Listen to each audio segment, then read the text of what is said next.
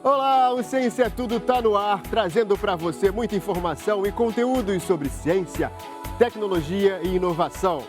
Nesse episódio, vamos falar sobre o primeiro robô autônomo para desinfecção de ambientes, totalmente projetado e desenvolvido no Brasil. Você vai ver como está o desenvolvimento da microeletrônica no país.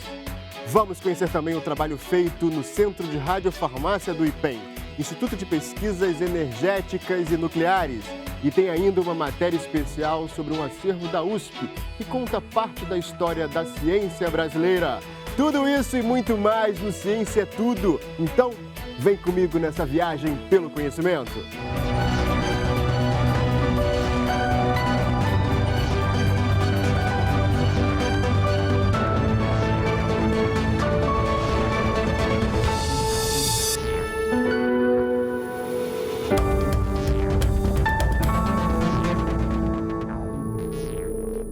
O programa FINEP Startup tem o objetivo de fortalecer o Sistema Nacional de Ciência, Tecnologia e Inovação, incentivando empresas nascentes.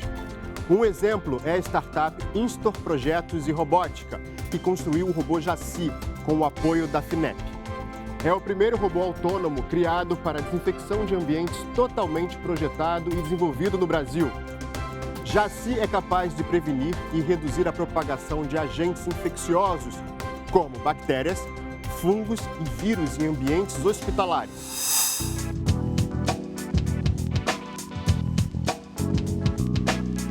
Jaci é o primeiro robô para desinfecção de ambientes totalmente desenvolvido no Brasil. A empresa que criou o protótipo teve apoio da FINEP, a financiadora de estudos e projetos vinculada ao Ministério da Ciência, Tecnologia e Inovações. No início, a criação recebeu recursos da chamada que buscava soluções inovadoras para o combate à Covid-19. Mas agora, o mesmo projeto também vai receber apoio do programa FINEP Startup. Eu acho que é um bom exemplo a Insta porque ela participou, ela é uma empresa que nasceu como numa incubadora da Federal do Rio Grande do Sul. Uma empresa incubada à base tecnológica, nasceu da universidade, passou por um edital de subvenção econômica da FINEP, em que ela desenvolveu esse robô autônomo, o Jaci, e seguindo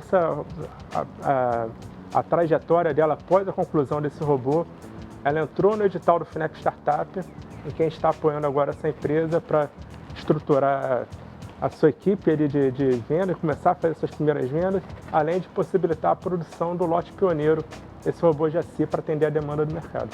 A ideia do programa FINEP Startup é apoiar a inovação e assumir os riscos de projetos nascentes que ainda precisam de incentivo para serem desenvolvidos e não encontram isso no mercado. Os recursos são destinados a empresas de base tecnológica que trabalhem em áreas como inteligência das coisas, inteligência artificial ou manufatura 4.0.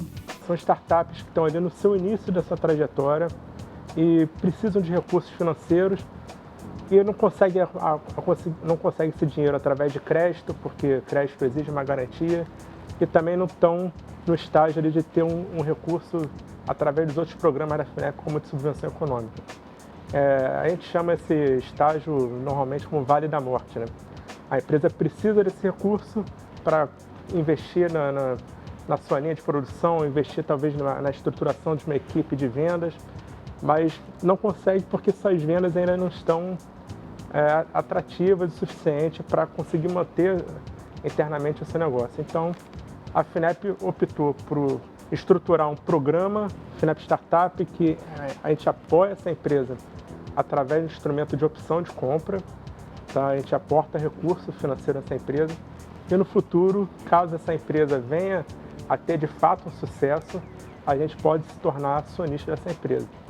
Então, o programa FINEP Startup a gente encontrou como uma forma de suportar essas empresas que têm tecnologias muito atrativas para a sociedade, que possam ter um impacto muito relevante de inovação e de impacto mesmo, de geração de emprego, impacto de lançamento de uma nova tecnologia para o mercado, de suportar essas atividades, aonde que a gente sabe que o mercado ainda estava muito incipiente na forma de apoio a essas startups.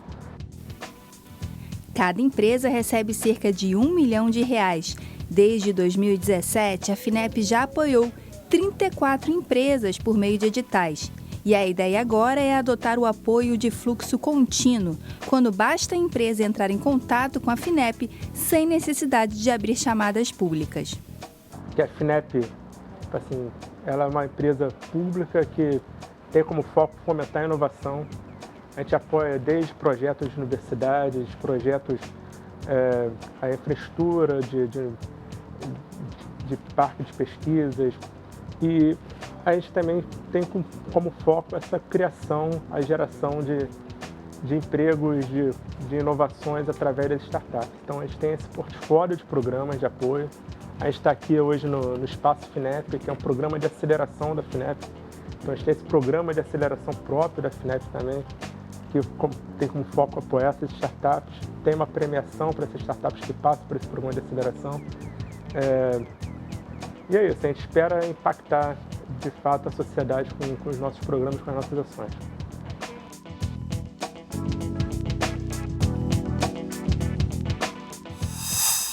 Você sabe o que é microeletrônica? Ela é um ramo da eletrônica que estuda a integração de circuitos eletrônicos e promove a redução de tamanhos de componentes em escala microscópica. Os microchips eletrônicos e os circuitos integrados estão presentes em nosso dia a dia, em aviões, carros, computadores e até mesmo na palma das nossas mãos. Vamos saber agora como está o desenvolvimento da microeletrônica no país.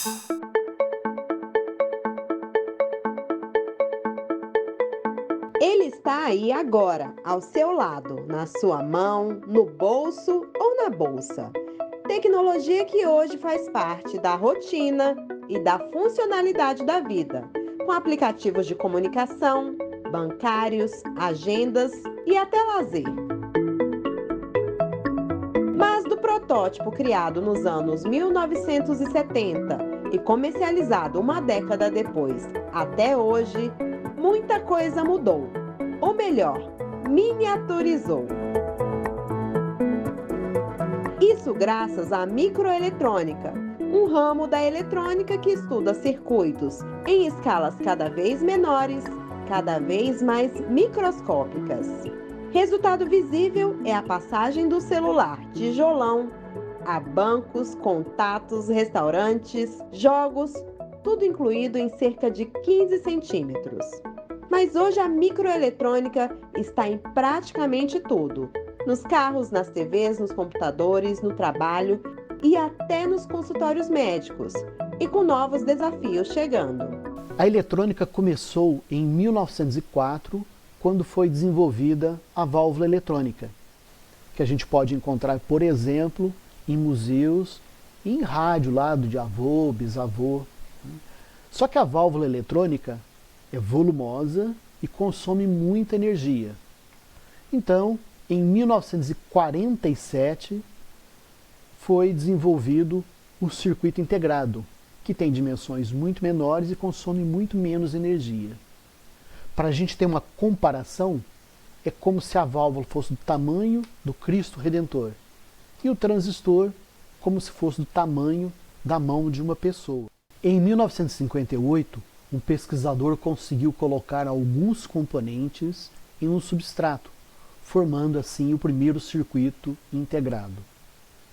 De lá para cá, houve muita evolução, em que as dimensões dos transistores reduziu muito, o que permitiu então a gente colocar vários componentes em um único circuito integrado.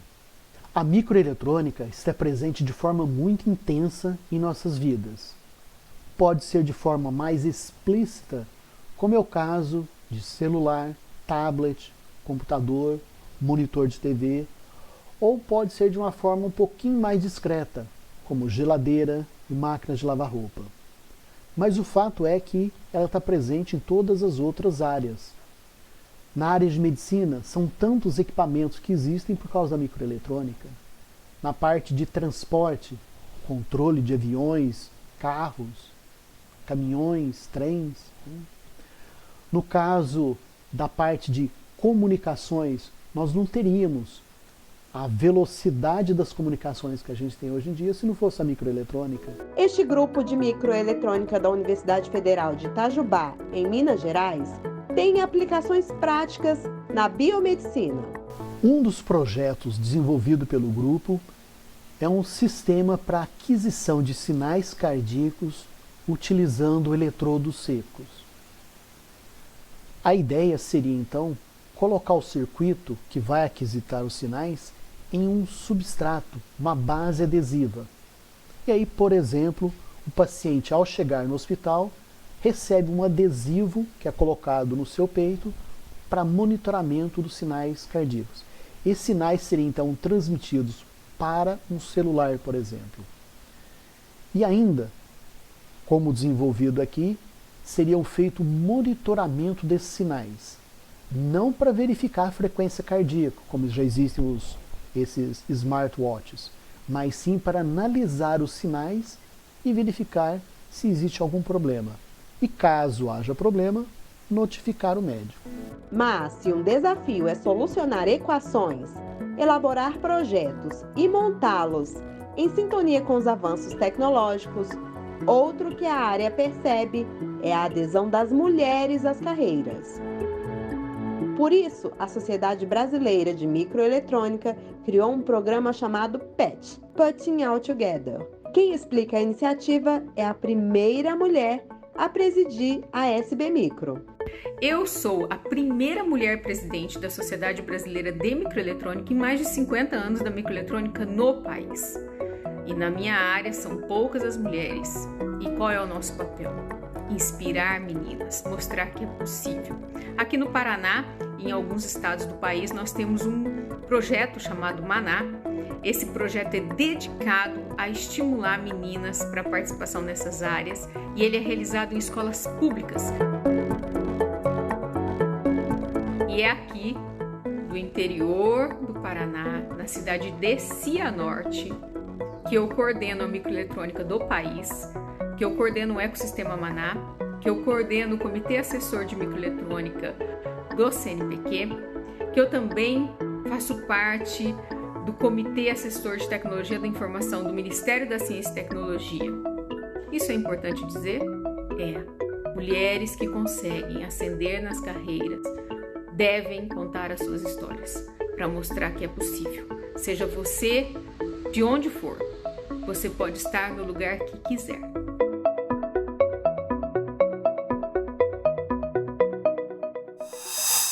E não saia daí, depois do intervalo a gente volta com muito mais ciência, tecnologia e inovação. O Ciência Tudo volta já já!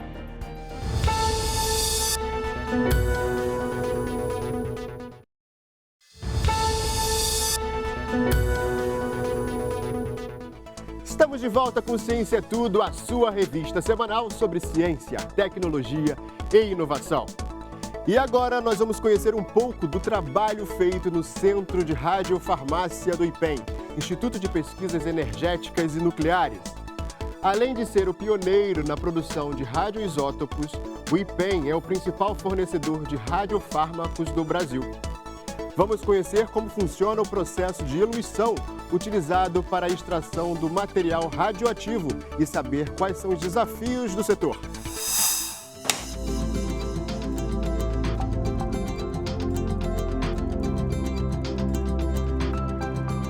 Os radiofármacos são substâncias radioativas utilizadas na medicina nuclear para a pesquisa, o tratamento e o diagnóstico de doenças.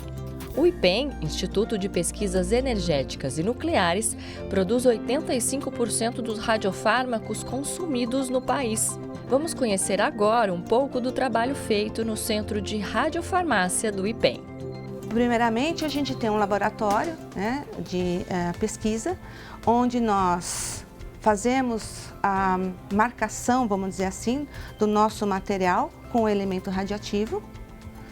Assim que nós conseguimos estabilizar quimicamente essa ligação estável no organismo, a gente tem que fazer se ela é estável no organismo humano. Então, são feitos estudos de efetividade, de eficácia e aí poder, então, entrar em contato com os hospitais interessados para fazer os convênios para a gente testar esses radiofármacos a nível experimental, para mais tarde, então, poderem ser registrados como radiofármacos de uso para a população. Trabalhar com os elementos radioativos requer muitos cuidados para proteger os profissionais do IPEM e também o ambiente. Para isso, são utilizados vários equipamentos, como roupas, dosímetros, pinças e robôs. Quando se trabalha com elementos radioativos, nós temos 3 leis de segurança.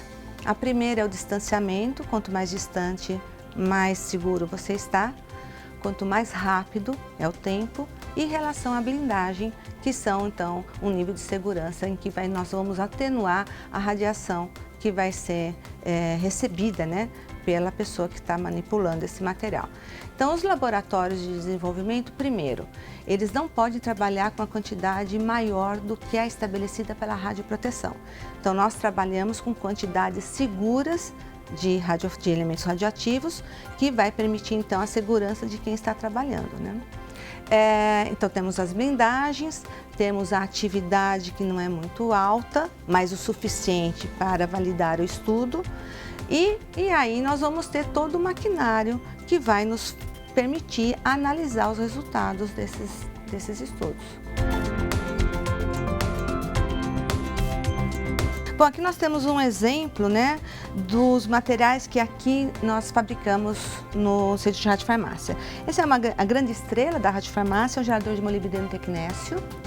Esse gerador é enviado para os hospitais, para o Serviço de Medicina Nuclear, e ele é utilizado para extrair o tecnécio 99 metastável, que será utilizado para diversos diagnósticos. Aqui nós temos um corte. Esse gerador ele tem uma blindagem, como eu já expliquei, a blindagem ela protege, né, quem está trabalhando com o material. Então aqui é um corte e nós temos aqui aonde fica o material radioativo. E esse equipamento permite, no Serviço de Medicina Nuclear, extrair o tecnécio daqui de dentro. O material radioativo obtido no gerador blindado ocorre através da eluição, processo de extrair um material de outro lavando com um solvente. Aqui nós temos esse circuito de uma forma transparente e aberta, que é o mesmo circuito que eu mostrei ali. Então eu vou colocar um frasco com salina estéril deste lado e deste lado um frasco a vácuo também estéril. A partir do momento, então, que eu coloco o frasco a vácuo, começa o processo de eluição. Então a salina sai deste lado, passa por todo esse circuito, recolhe o material radioativo que está aqui dentro e que eu quero e leva ele através desses filtros de segurança, de esterilidade, para o outro lado. Então, esse processo é o processo de eluição do gerador. Então, vocês podem ver que esse lado que eu coloquei a salina já está vazio. E este lado onde eu coloquei o vácuo está com a salina.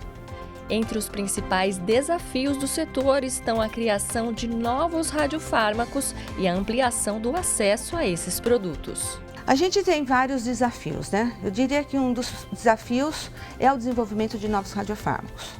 Então, desenvolvimento de radiofármacos teranósticos para individualização de tratamento, o desenvolvimento de radiofármacos com emissores alfa, que é o que está sendo mais estudado no mundo hoje, com relação também a tratamento de cânceres. Esse é um desafio de pesquisa. O segundo desafio é conseguir aporte financeiro para o desenvolvimento dessas pesquisas. Então, a gente precisa ter um apoio financeiro governamental, tanto a nível de Estado quanto a nível de União, para que essas pesquisas possam se desenvolver. Um outro desafio é o oferecimento desses serviços para a população mais carente através do SUS. Então, hoje a gente tem um número de tratamentos, né, um número de radiofármacos que podem ser utilizados, a gente quer ampliar, especialmente os radiofármacos utilizados para tratamento de câncer.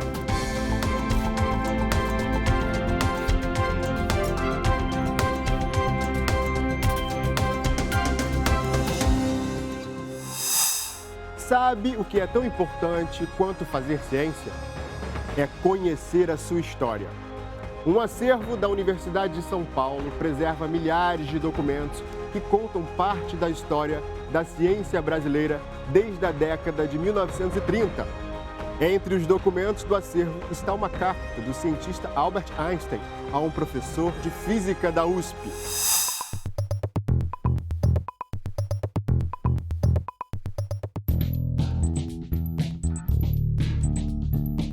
O Centro de Apoio à Pesquisa em História Sérgio Buarque de Holanda é o primeiro centro dedicado à conservação e à pesquisa de arquivos sobre a história da ciência brasileira.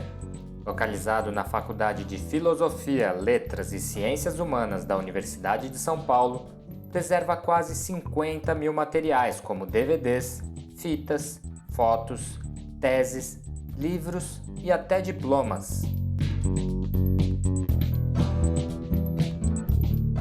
O nosso Centro de Apoio à Pesquisa Histórica, ele tem um acervo com toda a produção intelectual da faculdade desde a década de 30. Então, todas as teses, dissertações que foram produzidas aqui desde a década de 30 estão arquivadas aqui nesse espaço.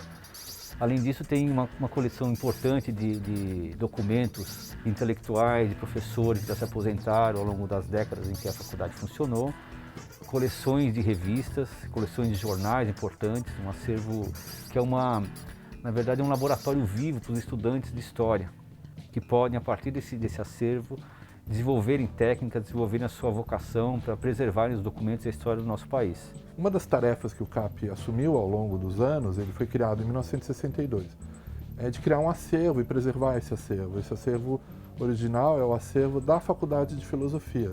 A faculdade foi criada em 1934 e ela é a alma mater da Universidade de São Paulo. Quando a Universidade de São Paulo foi criada, se juntou algumas escolas, Faculdade de Direito, Medicina, e se criou a Faculdade de Filosofia, Letras e Ciências. Então, da nossa faculdade, que hoje é de Ciências Humanas, e História, Geografia, Filosofia, saíram outros cursos e outros institutos de Psicologia, Química, Matemática, Física. Há uma memória da produção científica que está colocada dentro desse acervo. Entre os documentos do acervo estão uma carta escrita pelo cientista Albert Einstein para um professor de física da USP e uma tese sobre lagartos brasileiros do zoólogo e compositor Paulo Vanzolini. Então tem documentos que foram trocados entre os pesquisadores aqui da USP e de outros países, por exemplo, a carta do Albert Einstein, que é uma carta famosa aqui, o Claude Lévi-Strauss é um grande intelectual, o Fernand Braudel, um grande historiador francês que na década de 30 deu aula aqui, e outros importantes intelectuais que formaram a USP. Então a USP foi formada com a vinda também de intelectuais que formaram a primeira geração de pesquisadores da área de humanas aqui na USP, no Brasil inclusive. Essa parte da conservação de acervos, então ela abrange desde você fazer o monitoramento das condições de guarda, então você monitorar o controle da temperatura, da umidade relativa, os materiais que são usados no acondicionamento, e também tem as intervenções diretas na documentação. E uma delas é a higienização, que é feita em cada documento do acervo. O intuito da higienização é você retirar a sujidade superficial dessa documentação, porque essas partículas de poeira, elas vão acidificar o papel ou a fotografia. Então aí o objetivo é retirar toda essa sujidade para que essa documentação ela se mantenha muito mais íntegra fisicamente por muito mais tempo e muito mais acessível. Aí para isso a gente usa algumas ferramentas que são basicamente os pincéis de vários tipos de cerdas, e no caso das fotografias a gente usa um soprador, que aí você vai soprando toda a sujidade na superfície da imagem. O centro está implementando novas tecnologias como a inteligência artificial e a digitalização para modernizar a conservação e o acesso aos materiais. O que a gente vem procurando fazer é modernizar não só no sentido de trazer novos equipamentos, mas a maneira como o historiador deve tratar também a produção do conhecimento e a divulgação desse conhecimento. Então, por exemplo, um dos nossos projetos, ele procura trazer, por exemplo, o uso da inteligência artificial na análise de documentos históricos. Essa é uma nova área, né, de estudos. As humanidades digitais é uma área nova de de pesquisa ou de utilização de ferramentas que podem ser utilizadas pelos historiadores e que a gente procura trazer agora para que seja um instrumental, né, acessível aos estudantes e aos pesquisadores da área de História. Mas temos também recursos que foram aportados num edital da nossa Pró-Reitoria de Pesquisa para a digitalização do acervo, pelo menos para dar início à digitalização de uma parte do acervo que a gente escolheu, que é a parte audiovisual.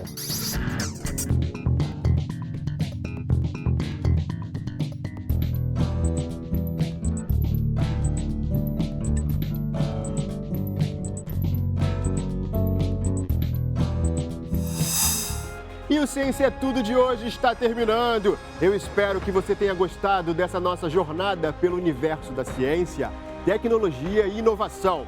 Se você quiser rever este ou qualquer outro programa, basta acessar o canal da TV Brasil no YouTube ou acompanhar tudo pelo aplicativo TV Brasil Play. É isso aí, pessoal. Sábado que vem a gente tem um encontro marcado no mesmo horário. Eu espero você, hein? Tchau, tchau!